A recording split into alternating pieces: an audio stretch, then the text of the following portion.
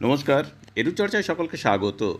আগামী 6ই মার্চ কলকাতায় ডেপুটেশন এবং জামায়াত, এতে এসএসকে এমএসকের কোন বিষয়টি প্রাধান্য পাওয়া উচিত তাই নিয়ে জানাচ্ছেন শামসুল হক।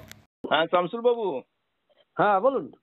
আগামী 6 তারিখ তো বিকাশ ভবন অভিযান, এবং যা সাড়া পাওয়া যাচ্ছে শিক্ষকদের মধ্যে, তা একটা ব্যাপক জমায়েত হবে বলে মনে হচ্ছে। তো স্কুলগুলো বাঁচানোর উদ্দেশ্যই হচ্ছে এর মূল উদ্যোগ, বাঁচানোর জন্যই। তো আপনার কি মনে হয় কিভাবে স্কুল বাঁচতে পারে? হ্যাঁ, দেখুন, মানে সারাটা এতটাই পড়েছে। আমি আমার জেলাতে গতকালকে আমাদের ডেপুটেশন ছিল। আচ্ছা। তো ওই যেটা দিয়েছিলাম হোয়াটসঅ্যাপে 3 দিন 4 দিনের নোটিশে, তো 300 টিচার এবং দিদিমণি চলে এসছেন। তারাও অনুভব করছেন যে আমি যে স্কুলটাতে আছি, আমি রিটায়ার্ড হয়ে গেলে স্কুলটা বন্ধ হয়ে যাবে। তো তারাও চাইছেন যে স্কুলটা চলুক, আমার অবর্তমানেও স্কুলটা চলুক। এই যে দিদিমণিদের শেষ বেলা, মাস্টারমশাইদের শেষ দিকে যে চেতনাটা ফিরে এসছে, হ্যাঁ, তো এটাকে আমাকে খুব ভালো লাগলো। আমি 2-3 দিন আগে একটা ব্লকে গিয়েছিলাম। আচ্ছা। 145 জন ছাত্রছাত্রী, 2 জন দিদিমণি, এসএসকে। তো সেখানে আমি জিজ্ঞেস করলাম এবং গার্জেনদের সঙ্গে কথা বললাম। এখানে 1.5-2-3 কিলোমিটারের মধ্যে কোনো স্কুল নাই, একদম গ্রাম, প্রত্যন্ত গ্রাম। মূল রাস্তা থেকে 5-7 কিলোমিটার ভিতরে। তাহলে এখানে তারাও বলছে যে হ্যাঁ, আমরা তো বাবা জানি না কিভাবে কি হয়। তো আজকে স্কুলটা বাঁচানোর দম জুড়ে, যেমন হাওড়াতে সেদিন দেখলাম একমাত্র দিদিমণি, উনি রিটায়ার্ড হয়ে গেছেন, স্কুলটা বন্ধ হয়ে গেল।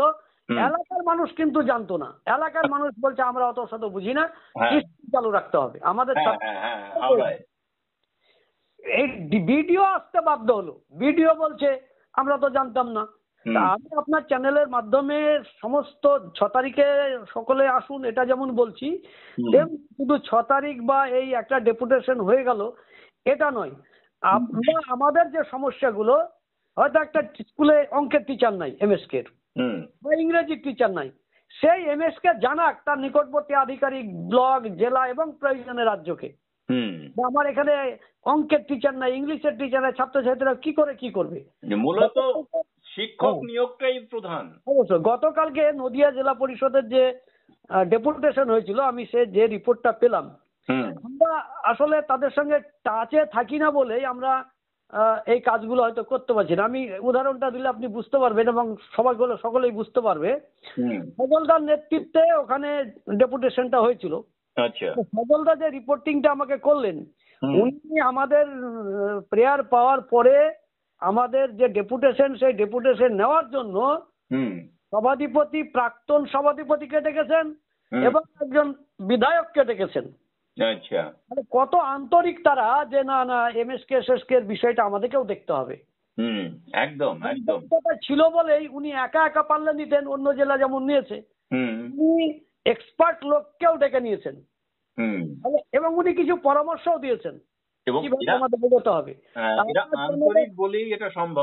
হ্যাঁ হ্যাঁ, তা আপনার চ্যানেলের মাধ্যমে আমি প্রত্যেককে বলতে চাইছি, আমরা 6 তারিখ বা এই 1 তারিখ এর ওপরে নির্ভর না থেকে 6 তারিখের জমায়েত আমরা করব।